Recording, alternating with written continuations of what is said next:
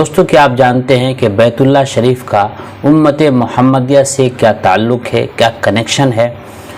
بیت اللہ شریف کا تعلق امت محمدیہ سے، ہم مسلمانوں سے کیا ہے؟ اس کو حضرت علامہ اقبال رحمۃ اللہ علیہ نے کیا خوب بیان کیا ہے کہ دنیا کے بت قدوں میں پہلا وہ گھر خدا کا، دنیا کے بت قدوں میں پہلا وہ گھر خدا کا، ہم اس کے پاس با ہیں وہ پاس با ہمارا۔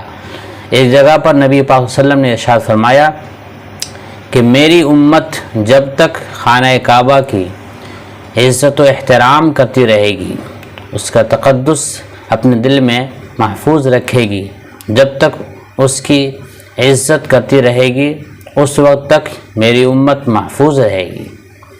دوستو آپ صلی اللہ علیہ وسلم نے خانہ کعبہ کی فضیلت بیان کرتے ہوئے ارشاد فرمایا، اللہ تعالیٰ نے وعدہ کیا ہے کہ اس کے گھر کا حج ہر سال 6 لاکھ افراد کیا کریں گے۔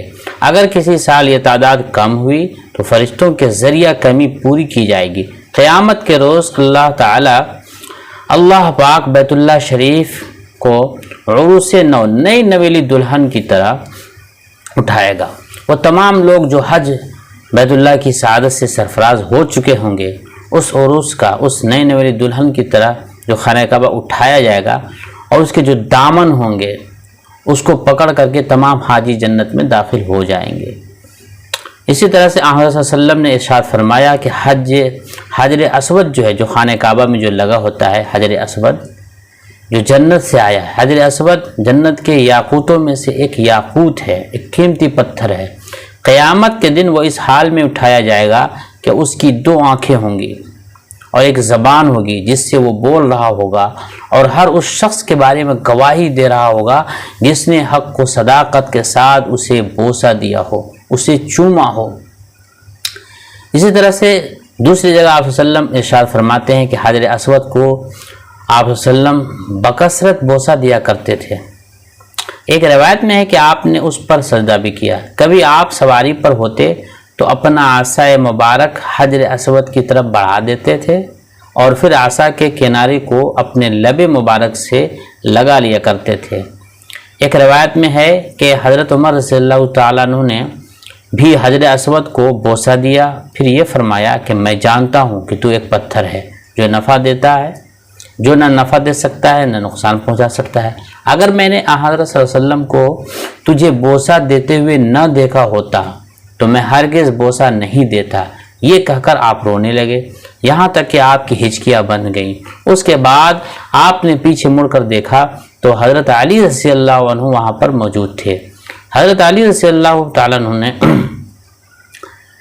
سے حضرت عمر نے فرمایا کہ اے ابو الحسن، یہ وہ مقام ہے جہاں آنسو بہائے جاتے ہیں اور دعائیں قبول ہوتی ہیں۔ حضرت علی رضی اللہ تعالیٰ عنہ نے کہا کہ یا امیر المؤمنین، یہ پتھر نفع بھی دیتا ہے اور نقصان بھی پہنچاتا ہے۔ حضرت عمر رضی اللہ تعالیٰ عنہ نے فرمایا وہ کس طرح؟ حضرت علی رضی اللہ تعالیٰ عنہ نے جواب دیا کہ جب اللہ تعالیٰ نے بنی آدم سے عہد لیا تھا تو ایک تحریر لکھ کر اس پتھر کو کھلا دی تھی۔ یہ پتھر مومن کی طرح مومن کے بارے میں وفائے عہد کی اور کافر کے بارے میں عہد شکنی کی شہادت دیتا ہے، گواہی دیتا ہے۔ علماء فرماتے ہیں کہ استلام یعنی حجر اسود کو بوسہ دینے کے وقت دعا جو پڑھی جاتی ہے، اللہم ایماناً بکا وتصدیقاً بکتابکا وفاءً بعہدکا، کہ اے اللہ میں یہ استلام کر رہا ہوں تجھ پر ایمان کی وجہ سے، تیری کتاب کی تصدیق کے لیے اور تیرے عہد کو پورا کرنے کے لیے۔ اس سے مراد حضرت علی رضی اللہ عنہ کا یہی قول ہے۔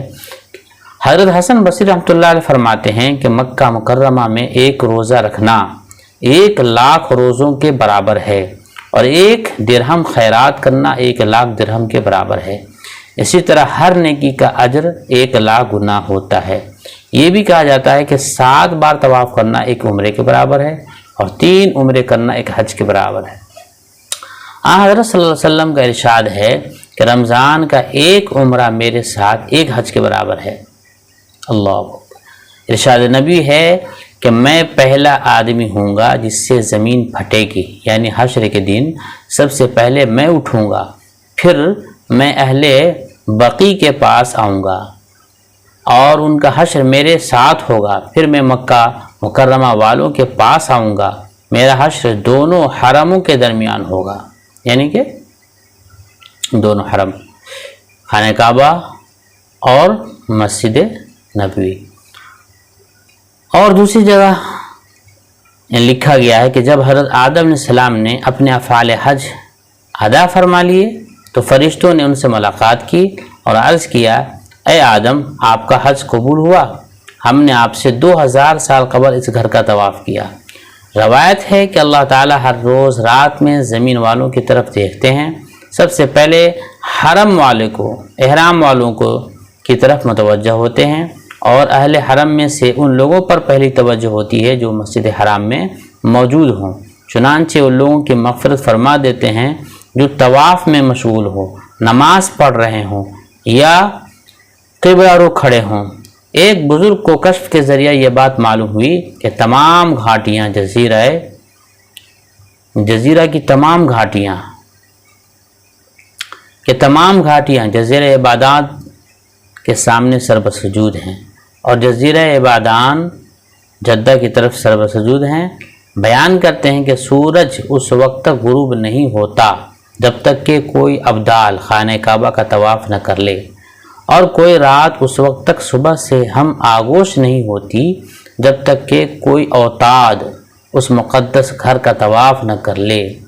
اگر کبھی ایسا ہوا کہ ان کے طواف کے بغیر سورج ڈوب گیا یا صبح ہو گئی تو اس کی وجہ یہ ہوگی کہ زمین سے خانہ کعبہ اٹھایا جا چکا ہوگا۔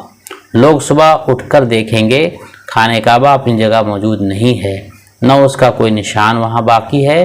یہ واقعہ اس وقت رونما ہوگا جب 7 سال تک کوئی حج بیت اللہ ادا نہیں کرے گا۔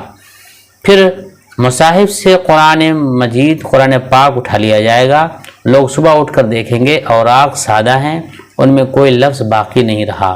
پھر دلوں سے قرآن پاک اٹھا لیا جائے گا، کسی شخص کو اس مقدس کتاب کا ایک لفظ بھی یاد نہیں رہے گا۔ لوگ شعر و شاعری، گانوں اور جاہلیت کے قصوں میں دلچسپی لیں گے۔ پھر دجال نکلے گا، عیسیٰ علیہ السلام دنیا میں تشریف لائیں گے اور اسے ہلاک کر دیں گے۔ قیامت میں اس وقت اتنی دیر ہوگی جتنی دیر پورے دنوں کی حاملہ کے یہاں ولادت ہوتی ہے۔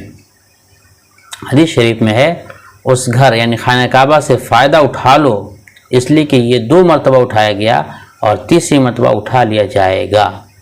حضرت علی رضی اللہ تعالیٰ روایت کرتے ہیں کہ حضرت صلی اللہ علیہ وسلم نے اللہ تعالیٰ کا یہ ارشاد نقل کیا ہے کہ جب میں دنیا کو خراب کرنا چاہوں گا تو اپنے گھر سے اس کی ابتدا کروں گا، پھر پوری دنیا کو خراب کر دوں گا۔ اللہ اکبر۔ تو دوستو، یہ خانہ کعبہ کی فضیلت ہے۔ اللہ تبارک و تعالی ہم سب کو خانہ کعبہ سے محبت، خانہ کعبہ کی عزت و احترام کرنے کی توفیق عطا فرمائے، اور جلد سے جلد ہم سب کو خانہ کعبہ کی زیارت اور حج مبرور سعادت سے سرفراز کرے، حج کرنے کی سعادت نصیب سے حاصل ہو اور ہمارے حج قبول بھی ہو۔ اللہ تبارک و تعالی ہم سب کی یہ دعا قبول فرمائے، آمین۔ دوستو، اخیر میں گزارش ہے کہ میرے ویڈیو کو لائک کر لیں، چینل کو سبسکرائب کر لیں، تاکہ اس طرح کی قیمتی ویڈیو سے آپ ہمیشہ فائدہ اٹھاتے رہیں۔ والسلام علیکم۔